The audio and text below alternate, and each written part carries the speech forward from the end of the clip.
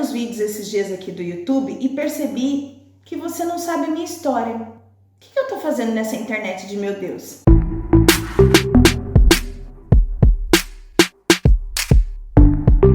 E aí, meu povo, como vocês estão? Gente, de verdade, eu tava olhando meus vídeos esses dias e a maioria deles é conteúdo de que tá te ajudando a ter uma casa saudável, etc e tal. Mas eu não postei nenhum vídeo até hoje contando a minha própria história. Como que eu vim parar aqui? O que é que eu tô fazendo nessa internet de meu Deus? E principalmente, que condições que eu tenho ou qual a base que eu tenho para falar que eu tô te ajudando a fazer qualquer coisa, principalmente ter saúde na tua casa. E eu não posso deixar de fazer esse vídeo, por isso a gente vai começar com ele agora. Bom, é um vídeo longo, então eu não poderia fazer ele em um vídeo apenas, porque eu preciso dividir ele em 3 etapas. Ó, de verdade, se você acompanhar esses 3 vídeos, você vai entender tudo o que eu tô fazendo aqui na internet e não somente isso, que pode ser que seja relevante para você, mas eu tenho certeza que você pode se conectar com essa história também. Então, preciso começar do começo. Eu morei 18 anos em casas doentes. Eu não tinha a menor ideia do que se tratava esse assunto, o que era uma casa doente, mas eu morava em uma casa doente. Essa história, talvez você já tenha visto ela em alguns pedacinhos. Quem fez o meu curso já deve saber desse assunto, eu devo ter falado alguma coisa no Instagram, enfim. Mas aqui na internet eu não falei ainda aqui nesse vídeo do YouTube. Se procurar lá no comecinho, em 2015, quando eu fiz o canal, eu devo ter alguma coisa de vídeos desta casa. Porém, os vídeos que eu tinha nessa casa, eu vou até pegar, se eu conseguir uma imagem, eu vou colocar alguns takezinhos dessa imagem aqui do lado. Se você ver, eu tenho um espaço no meu quarto onde eu conseguia gravar, que era o único espaço dessa casa que eu fazia, que eu falava, tudo bem, esse espacinho aqui dá pra mostrar, porque eu odiava essa casa. Era uma casa muito feia. Só pra você ter uma ideia do que era essa casa, ela era uma gráfica antes. Essa é a imagem da casa aqui, ó. Ela era uma gráfica e era uma casa pequena, eram 2 cômodos apenas. O meu quarto antigamente era o escritório do proprietário da gráfica e a minha cozinha e sala era o escritório da parte administrativa da empresa. Então, não tinha uma janela de casa, era uma janela de escritório. Entre o meu quarto e a cozinha tinha um buraco, que era um vidro, onde o dono ficava olhando o pessoal da produção, da administrativa. Então, o meu quarto tinha uma janela, um vidro que dava acesso para a sala. Então, se você estava no quarto se trocando e tivesse uma visita, a visita ia ver você se trocando no quarto. Então, era um negócio nada a ver. O azulejo do banheiro era horrível. Gente, eu odiava essa casa, eu odiava com todas as minhas forças. Só que, antes de estudar designer de interiores, eu sou formada tem mais de 12 anos, eu não tinha essa visão de que eu não gostava da casa. Tinha alguma coisa ali que me incomodava muito, mas eu não fazia a menor ideia do que era. Isso que me incomodava me fazia ter muita preguiça de arrumar a casa, porque eu arrumava e ela não tinha cara de limpa, ela não tinha cara de organizada, ela não tinha cara de arrumada, ela não tinha cara de casa. Então chegava um momento que eu ficava desanimada, porque ela estava limpa, mas ela estava feia. Ela estava organizada, mas ela estava feia. Então chegou um momento que eu falei, tá bom, vou limpar aqui de qualquer jeito e aqui de qualquer jeito, porque não me dava satisfação.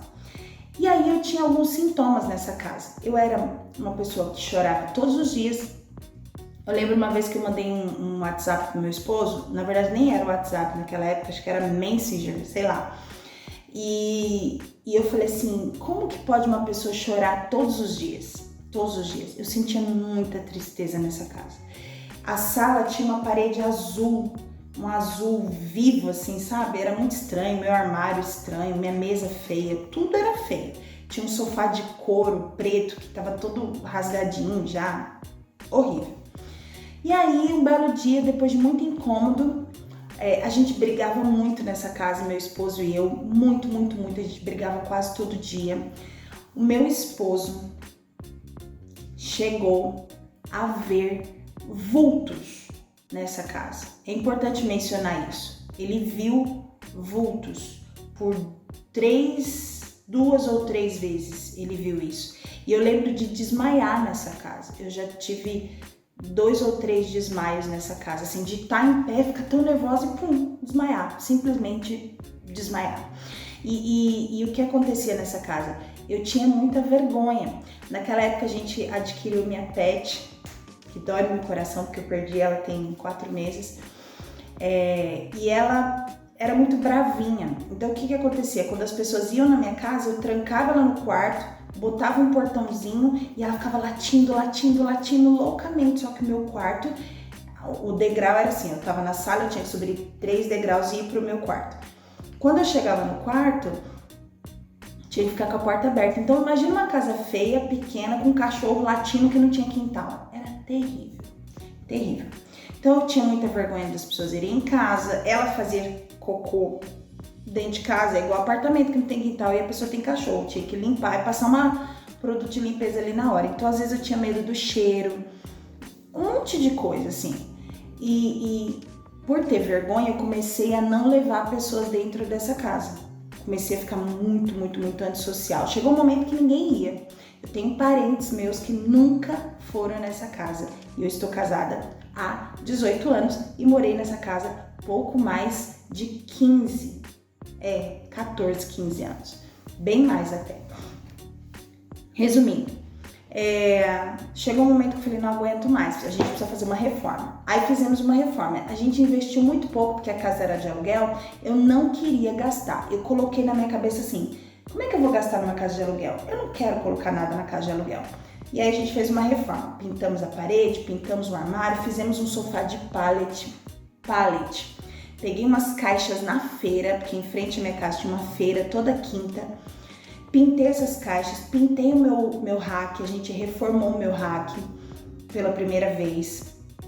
É o vídeo mais visualizado que eu tenho aqui no canal do YouTube, a pintura desse rack.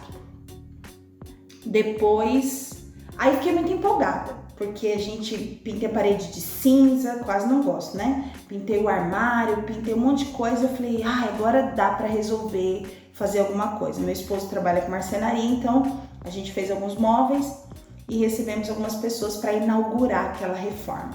Durou pouco tempo, porque na sequência eu já estava muito mal de novo e não aguentei a pressão de morar naquele lugar. Aluguei uma casa num outro lugar. Era uma casa muito velha, muito velha mesmo, né? Inacreditável ter coragem de alugar aquela casa. Mas a dona, que morava na Austrália, falou assim, você pode fazer o que você quiser.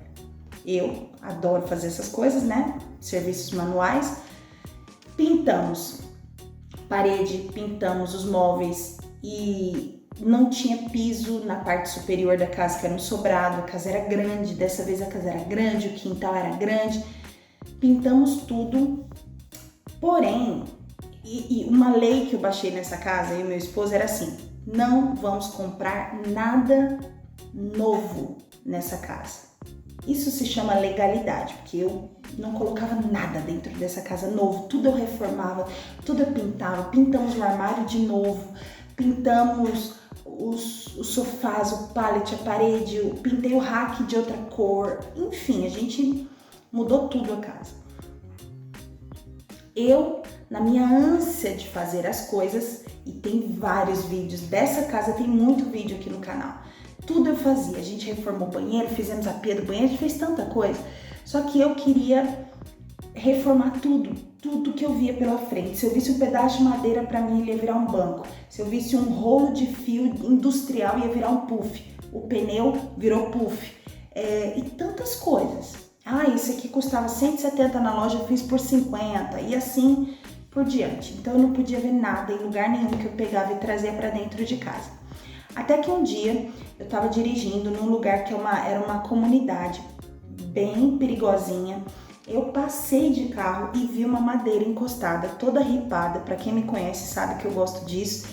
Encostada numa caçamba. O que eu fiz? Dei a volta com o carro. Parei meu carro naquela comunidade, desci, peguei a madeira e coloquei dentro do carro. Cheguei em casa falando, vou fazer um banco. Nunca fiz nada com aquela madeira.